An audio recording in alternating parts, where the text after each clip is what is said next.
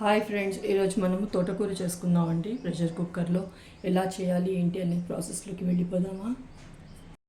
Hi friends, నేను మీ శృతిస్ మంత్రాకి స్వాగతం అండి. ఈరోజు మనము తోటకూర చేసుకుందాము. ప్రెషర్ కుక్కర్లో చేసి చూపిస్తాను. ఇది మా అత్తయ్య చేస్తారండి, చాలా బాగుంటుంది కూర. సో తోటకూర అండి కడిగి కట్ చేసి పెట్టుకున్నాను. అలాగే ఒక ఆనియన్ అండి, పెద్ద ఆనియన్ కట్ చేశాను. 3 టమాటోస్ వేస్తాను. 2 చిల్లీస్ కూడా తీసుకున్నాను. ఆయిల్ వేసుకుందామండి. స్టవ్ ఆన్ చేసేసాను, కుక్కర్ పెట్టేసుకున్నాను. కొంచెం ఆయిల్ ఎక్కువే కావాలండి దీనికి.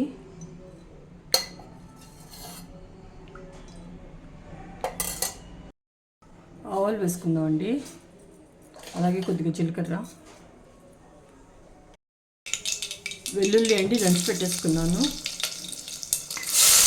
ఆనియన్ వేసేసా, మిక్స్ చేద్దామండి. ఇది మీడియం ఫ్లేమ్లో పెట్టుకున్నాను.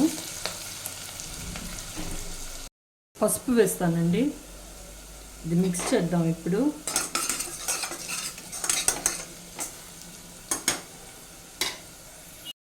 టూ చిల్లీస్ స్ప్రెడ్ చేసి పెట్టుకున్నాను కదండి, అవి కూడా వేసేసాను. ఇదండి ఆనియన్ ఇప్పుడు బ్రౌన్ అయ్యింది.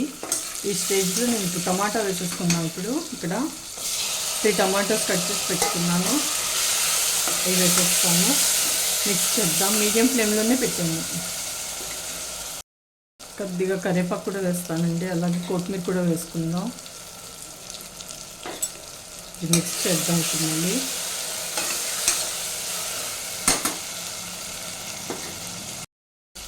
తోటకూర వేసేసుకుందామండి. ఇప్పుడు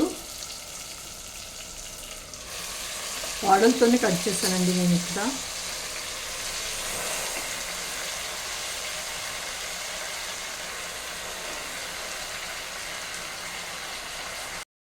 మిక్స్ చేస్తున్నానండి ఇప్పుడు. ఇది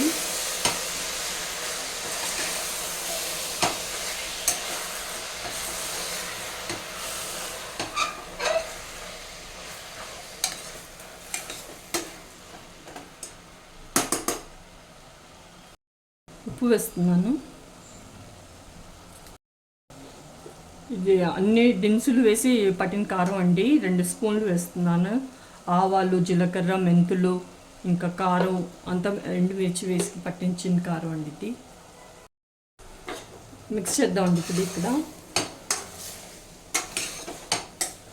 ఎంతమంది ఇది ఇలా చేస్తారండి కామెంట్లో రాయండి తప్పకుండా.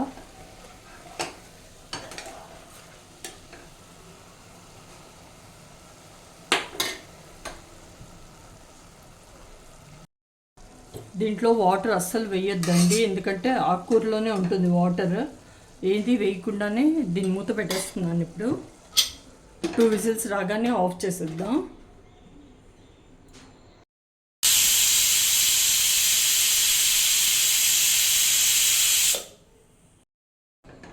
ఓపెన్ చేసి చూద్దామండి.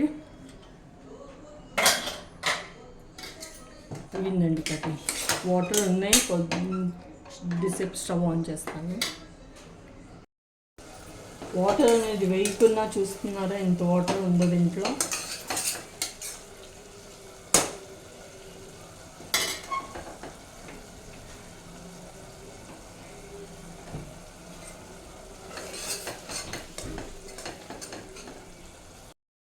అంతే అండి, అయిపోయింది. ఆఫ్ చేసేస్తున్నాను స్టవ్. ఎంతో టేస్టీగా ఉండి తోటకూర రెడీ అయిపోయిందండి. అందరూ తప్పకుండా ట్రై చేయండి. ఎలా కుదిరిందో చెప్పండి. Thank you.